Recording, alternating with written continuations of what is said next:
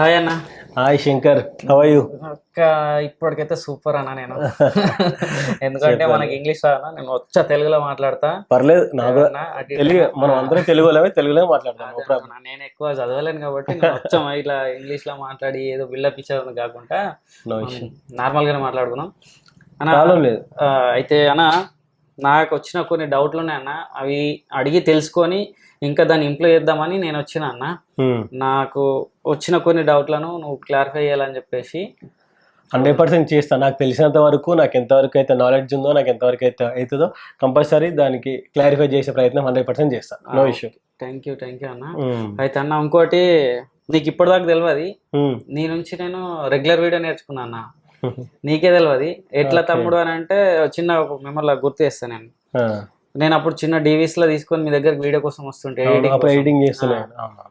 అప్పుడు వచ్చినప్పుడు ఏంటంటే, నువ్వు అదే 3 hours కానీ 4 hours కానీ రికార్డ్ పెట్టుకొని వస్తే, అరే నీకు వీడియో తీయేస్తా లేదా అని స్టార్టింగ్ అన్నారు. నాకు వస్తుందా రాదా అప్పటికి ఏమీ తెలియదు. ఒక డివిసి కెమెరా ఉంది, రికార్డ్ చేసుకోవాలా, పెళ్ళికి 3 గంటలు వీడియో కావాలన్నాడు. ఆ 3 గంటల రికార్డ్ ఎట్లయితుందో, పెళ్లి మొత్తం 3 గంటలు తీసుకొని వస్తుంటే, ఏది ఫార్మాలిటీస్ ఇంకా అన్ని హల్దీ పోచమ్మలు అన్ని కలిపి. ఓకే. దాని తర్వాత ఎడిటింగ్ మీరు చేసేటప్పుడు, అరే ఏంద్రా రికార్డ్ అవుతున్నావు బంద్ చేస్తున్నావు, రికార్డ్ అవుతావు బంద్ చేస్తున్నావు, అలాగే వీడియో ఎడిటింగ్ తీయాలరా అని చెప్పేసి నాకు తిట్టిరు. నువ్వు సతీష్ అన్న ఇంకా మీరు తిట్టిర్రు. అప్పుడు నాకు అర్థమే కాలేదు. అంటే అప్పటికి నేను ఎవరి దగ్గర నేర్చుకోలేను, నాకు ఎవరు చెప్పిన వాళ్ళు కాదు కదా. నువ్వు ఆ పాయింట్లో చెప్పినావు. దాని తర్వాత వెళ్ళి ఆ వీడియో రికార్డ్ ఏంటి అంటే, మినిమం 15 సెకండ్లన్నీ ఉండాలరా. మనం సాంగ్ ప్రాజెక్ట్ చేస్తుండే కదా మీరు, అప్పుడు 15 సెకండ్లే 3 ఉండాలా. అమ్మాయి 3 క్లిప్పులు, లేదంటే అబ్బాయి 5 క్లిప్పులు, అమ్మాయి 5 క్లిప్పులు, అట్లా 15 సాంగ్ ప్రాజెక్ట్ చేసి మినిమం 15 సెకండ్ డ్యూరేషన్ ఉండాలని చెప్పి, ప్లస్ వాళ్ళ యొక్క 10 స్టిల్స్, వీళ్ళ యొక్క 10 స్టిల్స్, కపుల్ యొక్క 10 స్టిల్స్ ఉండాలని చెప్పి చెప్తుండే. అది చెప్తుండే. 2 సాంగ్స్ పందం తీసుకురారా అంటే, అది బండ గుర్తుకు ఇప్పటికి గుర్తుంది. అంటే మిగతా వాళ్ళకి తెలుసో తెలియదో, ఇది మన గొప్ప విషయం, వేరే వాళ్ళకి కాకపోవచ్చు, నాకు మాత్రం ఫుల్ గొప్ప విషయం. ఆ తర్వాత నుంచి మినిమం 10 నుంచి 15 సెకండ్లు నేను నా దగ్గర నేర్చుకున్న పిల్లలకైనా అదే చెప్తున్నా. ఇప్పుడు చేయాల్సింది కూడా అదే అనుకుంటున్నా. ఇంకెక్కువ తీయాలన్నా తక్కువ తీయాలన్నా నా డౌట్ ఇప్పుడు. అంటే ఇట్స్ డిపెండ్స్ ఆన్ సిచ్యువేషన్. తక్కువ తీయడం కంటే ఎక్కువ తీయడమే బెటర్. ఎప్పుడైనా సరే ఎక్కువ తీస్తున్నప్పుడు ఏమవుతుందంటే, అక్కడ జరిగే మూమెంట్స్ ఉంటాయి కదా. సో మూమెంట్స్ వీలైనంత ఎక్కువ క్యాప్చర్ అయ్యే సిచ్యువేషన్ ఉంటుంది. ఎప్పుడైతే నువ్వు రికార్డ్ ఆఫ్ చేసి ఆన్ చేసే టైంలో ఒక మంచి స్మైల్ ఉందనుకో, ఒక మంచి మూమెంట్ ఉందనుకో, అది మిస్ అయిపోయే ఛాన్స్ ఉంటుంది. అండ్ నువ్వు ఎక్కువ తీసిన వీడియోని కట్ చేసే ఛాన్స్ ఉంటుంది, బట్ తక్కువ తీసిన వీడియోని పెంచే ఛాన్స్ ఉంటుంది. So you have to record more.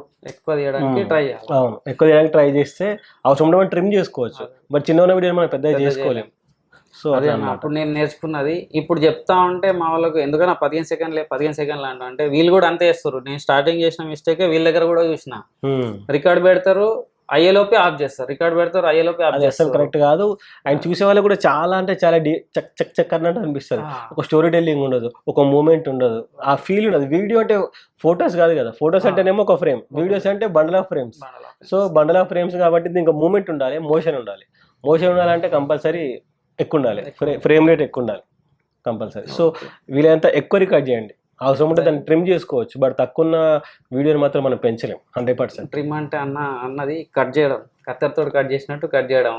నేను తెలుసు ట్రిమ్ అంటే అదే కదా, కట్ చేయడమే. కొంతమంది ఇప్పుడు నాలాంటి వాడు కూడా ఉంటాడు కదా, అరే అందరికి తెలుసురా, అందరికి ఎంత తెలిసిన అన్న తెలుగులో అంటే ఉంటారు, అరే అన్న ఇంగ్లీష్ లో మాట్లాడితే మీరు తెలుగులో చెప్పలేరు అన్న అని అంటారు. ట్రిమ్ అంటే అదే కట్ చేయడం, తక్కువ చేయడం. అంటే ఇప్పుడు వీడియో ఇంత ఉందనుకో, అవసరం లేకపోతే దాన్ని ఇంత చేయొచ్చు, బట్ ఇంతున్న వీడియో మనం పెంచలేము. అందుకే పెద్ద తీసుకుంటే తక్కువ ఎంత వేసుకోవచ్చు, అట్లా అవసరం లేదు ఎగర కొట్టేయచ్చు. అండ్ పెద్ద తీసుకుంటే వీడియోలో ఒక స్టోరీ టెల్లింగ్ ఉంటుంది, ఒక మూమెంట్ ఉంటుంది. అక్కడ ఒక ఇప్పుడు ఫర్ ఎగ్జాంపుల్ తాళి కడుతున్నాడు, అబ్బాయి లేసి అమ్మాయి దగ్గరికి వెళ్ళి 3 ముళ్ళు వేసి అమ్మాయి చూసి స్మైల్ చేసి అదంతా కంటిన్యూ రికార్డ్ చేస్తేనే బాగుంటుంది. ఇప్పుడు టిక్ టిక్ టిక్ అని అట్లా చేస్తుంటే ఆ మూమెంట్ ఉండదు, చూసే వాళ్ళు కూడా ఫీల్ రాదు. అది చాలా బేసిక్ థింగ్, అందరికి చెప్పాలి అది. నువ్వు మీ అసిస్టెంట్స్ కానీ మీ వచ్చే న్యూ బాయ్స్ అందరికి చెప్పు కంపల్సరీ. ఓకే, థ్యాంక్ యూ అన్న. అట్లనే కొందరు ఫోటోగ్రాఫర్స్ ఉండరు, అంటే ఎందుకో తెలియదు, కొందరు అప్ డౌన్ అవుతా ఉన్నారు మన ఫోటోగ్రాఫర్స్లలో. అంటే కొందరు మంచిగా ఫామ్లోకి వెళ్ళిపోతారు, కొందరేమో ఆగిపోతారు. ఆగిపోయినాడేమో ఫామ్లోకి పోయినోని లాగుతారు. దానికి కొంచెం ఏమన్నా అంటే శంకర్, ఇప్పుడు దీంట్లో ఎవరు లాగరు, ఎవరు పుష్ చేయరు. కంప్లీట్గా నీకు కావాల్సింది నీకు సెల్ఫ్ మోటివేషన్, నీ పర్పస్. ఇప్పుడు నువ్వు డే 1 రోజు నువ్వు ఫోటోగ్రఫీలోకి ఎందుకు వచ్చినావు, ఓకే. ఆప్షన్ లేక ఫోటోగ్రఫీకి వచ్చినావా, ఒక ప్యాషన్తో వచ్చినావా, మనీ మేకింగ్ కోసం వచ్చినావా అనేది ఒక కాన్సెప్ట్ ఉంటుంది. సో నీకు డే 1 రోజు ఉన్న ప్యాషన్, డే 1 రోజు ఉన్న మోటివేషన్ ఈ రోజు కూడా ఉందనుకో, నువ్వు ముందుకు వెళ్తూ ఉంటావు. నీకు డే 1 రోజు ప్యాషన్ ఉండదు. చాలా మందికి నేను చూస్తాను కదా, కొత్తగా వచ్చినప్పుడు ఒక ఫైర్ పైన వస్తారు, ఫైర్ మీద వస్తారు. అదొక 1 ఇయర్కో 2 ఇయర్స్కో 3 ఇయర్స్కి వచ్చేసరికి ఇప్పుడున్న జనరేషన్ అల్ట్రా ఫాస్ట్ కాబట్టి వాళ్ళు ఒక 1 ఇయర్స్ కూడా కెమెరా ఆన్ ఆఫ్ వచ్చేసింది, ఫోటోలు కూడా వచ్చేసింది అంటే నేనేతో కథం అంటారు. నేను కూడా అన్నా నువ్వు అన్నట్టు కరెక్ట్ చెప్పినా, స్టార్టింగ్ ఏ ఫీల్డ్ తో ఏదైతే ఫైర్ తోటి ఉన్నానో ఇప్పుడు కూడా అదంతా ఆ మోటివేషన్ ఉండాలి. ఆ మోటివేషన్ ఇప్పుడు అంటున్నావు కదా, వెనకకు లాగదామని, మనం ఎవరు వెనకకు లాగలేరు. ట్రై చేస్తారు కావచ్చు, ఏదో చేద్దాం, నెగిటివిటీకి స్ప్రెడ్ చేద్దాం, లేకపోతే ఇంకేదో నీ పైన బురద చల్లడం, ఇట్లా చేస్తున్నావు అట్లా చేస్తున్నావు, మార్కెట్ అది చేస్తున్నావు అని చెప్తుండొచ్చు. బట్ అలా అన్నంత మాత్రాన మనం వెనకకేం వెళ్ళిపోము. వాళ్ళు అట్లా అంటున్నారంటే అర్థం చేసుకోవాలి, మనం ఇంకా ముందున్నాం, మనం మార్కెట్లో వాళ్ళకంటే ముందున్నాం కాబట్టి వాళ్ళు మనం ఏదో అంటున్నారని అర్థం చేసుకోవాలి. మనం మార్కెట్లో మనం వర్తబుల్ కాదనుకో, మన గురించి ఎవరు మాట్లాడుకో, అది పాజిటివ్ అయినా కావచ్చు, నెగిటివ్ అయినా కావచ్చు. మాట్లాడుతున్నారంటే మనం ఏదో కొంచెం అందరికంటే కొంచెం బెటర్గా ఉన్నాము, కొంచెం ముందు ఉన్నామని వాళ్ళు అనుకోవాలి మనం. సో అండ్ ఇంకోటి, ఇప్పుడున్న దాంట్లో ఓపెన్ మార్కెట్, ఓపెన్ సిచ్యువేషన్, 100 మందికి 100 అభిప్రాయాలు ఉంటాయి మన మీద. ఇప్పుడు నువ్వు నాకు మంచిగా అనిపించినావు, ఇంకొకరికి చెడ్డ అనిపిస్తుండొచ్చు. నేను నీకు మంచిగా అనిపించిన కావచ్చు, ఇంకొకరికి చెడ్డ అనిపిస్తుంది. సో నేను మంచిగా అని ప్రతి ఒక్కరికి మనం ప్రూవ్ చేసుకోవాల్సిన అవసరం లేదు. మన పని మనం నిజాయితీగా ఎఫర్ట్ పెట్టి 100% చేసుకుంటూ వెళ్ళిపోయినాం అనుకో, బెటర్ కదా, ప్రాబ్లం. సో ప్రతి ఒక్కరికి మన సమాధానం చెప్పాల్సిన అవసరం లేదు. అట్లనన్నా ఇంకోటి, ఫోటోగ్రఫీని ఎంత ఎఫర్ట్ పెడితే ఏమొస్తుంది అంటే, ఇప్పుడు కొందరేమో మనీ కోసమే చేస్తారు, ఇంకొద్దరేమో ఫేమ్ కోసం చేస్తారు, ఇంకొద్దరేమో ఏదో వచ్చినామా ఈరోజు విజిట్ తీసుకున్నామా అంటే కైకిలు తీసుకున్నామా పోయినామా అన్నట్టు చేస్తారు. ఈ 4-5 మనం ఏది చేస్తే టాప్లో ఉంటాం. ఫోటోగ్రఫీ అని కాదు, ఏ వర్క్ అయినా సరే, all over the world A work అయినా సరే 100% హార్ట్ పెట్టి ఎఫర్ట్ పెట్టి పని చేయాలి. 100%. నువ్వు ఒక ఆటో డ్రైవర్ అయినా సరే, లేకపోతే ఒక స్వీపర్ అయినా సరే, అంటే నేను చెప్తున్నావు కదా, చాలా మంది గొప్పలు చెప్పారు. నువ్వు ఏ ఫీల్డ్ ఉంటావో దాంట్లో నువ్వు mind and heart and soul పెట్టి 100% చేసావు అనుకో, నువ్వు ఆటోమేటిక్గా టాప్లో ఉంటావు. సో నువ్వు ఇట్లాంటి ఫోటోగ్రఫీ మాత్రం ఎస్పెషల్లీ ఇది ఒక ఆర్ట్కి రిలేటెడ్, ఇది ఒక క్రియేటివిటీకి సంబంధించింది, ఒక ఆర్టిస్టిక్ ఫోటోగ్రఫీ కాబట్టి దీంట్లో మనీ మేకింగ్ కంటే ఒక స్టెప్ ప్యాషన్ ఉండాలి. ఓన్లీ మనీ మేకింగ్ అనేది దాని మీద ఫోకస్ చేస్తే ఇది తగ్గిపోతుంది. ప్యాషన్ ఎక్కువ ఉందనుకో, ఫోటోగ్రఫీ మంచిగా చేసాం అనుకో, డబ్బులు ఆటోమేటిక్గా వస్తాయి. ఈ ఫీల్డ్ అని కదా, యాక్చువల్లీ చాలామంది ఫస్ట్ మనీ పైన ఫోకస్ చేస్తారు, వర్క్ పైన ఫోకస్ చేయరు. బట్ అలా అందరికి తెలియని విషయం ఏంటంటే, ఫస్ట్ వర్క్ మీద ఫోకస్ చేస్తే మనీ ఆటోమేటిక్గా వస్తుంది. సింపుల్ లాజిక్ అది చాలా మంది మిస్ అవుతున్నారు. అది మంచి క్వశ్చన్ అడిగా. సో వర్క్ నువ్వు పర్ఫెక్ట్ చేసావు అనుకో, డబ్బులు వస్తాయి కదా ఆటోమేటిక్గా. నువ్వు డబ్బులు అని పెడితే నీకు వర్క్ మీద ఫోకస్ ఉండదు. సో నువ్వు డెడికేటెడ్గా 100% నువ్వు ఆ రోజు ఎంత బెస్ట్ ఇవ్వగలుగుతావు అంత బెస్ట్ ఇచ్చేసినావు అనుకో, డబ్బులు ఆటోమేటిక్ వస్తాయి కదా. 100%.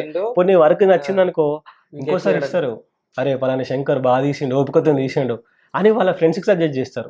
ఎంత ఇన్స్టాగ్రామ్ పోస్ట్ల కంటే, ఎంత పబ్లిసిటీ కంటే మౌత్ పబ్లిసిటీ అనేది చాలా చాలా చాలా అంటే ఎఫెక్టివ్, చాలా అది ఫాస్ట్గా వెళ్తుంది. నువ్వు లక్షలు పెట్టి నువ్వు బడ్జెట్ యాడ్స్ రన్ చేసినా కంటే కూడా ఒక మౌత్ పబ్లిసిటీని చూస్తావు. ఇప్పుడు నీ క్లోజెస్ట్ ఫ్రెండ్ ఉంటాడు, అరే పలానా అన్న మంచిగా చేస్తాడు, నేను మాట నేను చెప్తున్నా కదా అన్న, నేను చేయించుకున్నా సూపర్ ఉంది, నువ్వు వెళ్ళి చేయించుకుంటే అది ఎంత పెద్ద ₹1 కోటి బిజినెస్ చేసినా కూడా అది పట్టించుకోకుండా మా ఫ్రెండ్ గాని చేసిందంట బాగుంది, నాకు కూడా అన్నతో చేయించుకుంటా అంటారు. ఇప్పుడైతే కొన్ని వందల ఈవెంట్స్ నాకు అట్లనే వచ్చినాయి. సో నువ్వు 100% ఎఫర్ట్ పెట్టుకుంటూ పోతే ఆటోమేటిక్ వస్తుంది. సో నీకు సర్కిల్ పెరుగుతున్నప్పుడు నీకు డబ్బులు పెరుగుతున్నట్టే. నువ్వు డబ్బులు అని పోతే ఇదంతా మిస్ అయిపోతాం. ఆడిచ్చిన దానికి ఆడు ఇంత ఇచ్చి ఇంత చేయాలా అని కాకుండా ఆడిచ్చిన దాన్నే కానీ 100% చేయడానికి ట్రై చేస్తే ముందు. ఇప్పుడు ఎప్పుడైనా సరే గుర్తుపెట్టుకో, ఇంత మనం ఏదో కిరాణా షాప్లో లేం కదా, 40 రూపాయలు ఇస్తే 40 కిలోల చక్కెర ఇస్తా, 30 రూపాయలు ఇస్తే ½ కిలోనే ఇస్తాను కాకుండా, నీతోని ఇది మనకు ఒక ఆర్ట్ ఫామ్, ది బెస్ట్. సరే డబ్బులు మనం పరిచయాలు చాలా మంది అంటారు, చెయ్యాలి, కాకపోతే దాంట్లో ఎఫర్ట్ పెట్టి చేయాలి. నువ్వు ఎంత ఇవ్వగలతో మాక్సిమం ఇవ్వాలి. నేను ఫోటోగ్రాఫర్స్ అందరు అదే అంటారు, అంటే అరే ఆడు ₹1,00,000 ప్రోగ్రామ్ కదరా, మనము ఏంటంటే ₹1,00,000 ప్రోగ్రామ్కి ఇంత చేయాలా, ఇంకో 2 లక్షలు ఎక్కిస్తే ఇంత చేయొచ్చురా అన్నట్టు మాట్లాడుకోని విన్నా కాబట్టి దాన్ని బట్టి అంటే ఇప్పుడు కరెక్టే, ₹1,00,000 దానికి ఇచ్చే బడ్జెట్ లో మనకు కొన్ని లిమిటేషన్స్ ఉంటాయి. 3 లక్షలు ఇచ్చే బడ్జెట్ కి కొన్ని ఇంకొంచెం ఫ్రీగా ఉంటుంది. ఇంకో ఇద్దరు ఫోటోగ్రాఫర్స్ ఎక్కువ పెడతాం, ఇంకొక సినిమాటోగ్రాఫర్ని ఎక్కువ పెడతాం, ₹1,00,000 దానికి వచ్చి తక్కువ పెడతాం కావచ్చు. ఓకే, దానికి దీనికి వేరియేషన్ ఉంటుంది, కానీ ఎఫర్ట్ విషయంలో తగ్గొద్దు. ఎక్విప్మెంట్ లో 2 ఎక్కువ పెడతా కావచ్చు, తక్కువ పెడతా కావచ్చు, అది మ్యాటర్ కాదు. కానీ ₹1,00,000 కూడా హ్యాపీ ఫీల్ కావాలి, 3 లక్షలు ఇచ్చినప్పుడు 3 లక్షలు కూడా హ్యాపీ ఫీల్ కావాలి. సో వాళ్ళకి ఇచ్చిన, ఇప్పుడు నీకు ₹1,00,000 పే చేస్తారంటే వాళ్ళ దగ్గర డబ్బులు ఎక్కువ పే చేయరు. సో వాళ్ళేంది, వాళ్ళ లైఫ్ టైం మూమెంట్స్ని మన చేతిలో పెడుతున్నారు. ఆ లైఫ్ టైం మూమెంట్స్ మనం ఎంత ప్రీషియస్గా ఇస్తున్నాం అనేది ఇంపార్టెంట్. ఆ ₹1,00,000 వాళ్ళకు ఆల్బమ్ ఇచ్చినప్పుడు, నువ్వు ఒక ఫొటోస్ కానీ ఒక వీడియోస్ కానీ ఇచ్చినప్పుడు వాళ్ళకి ₹1,00,000 కనిపించద్దు. వావ్ ఎంత బాగున్నాయి ఫొటోస్, పర్లేదారా ఎంత బాగున్నాయి అనుకోవాలి. సో అప్పుడు అది నువ్వు సక్సెస్ అయినట్టు. అబ్బా ఏముంది దీనికి ₹1,00,000 పెట్టినా మా అనవసరంగా, ఇదే బయట 50,000 60,000 వస్తుండే కదా అలా ఫీలింగ్ వచ్చింది అనుకో, వేస్ట్, అక్కడ మనం ఫెయిల్ అయినట్టే కదా.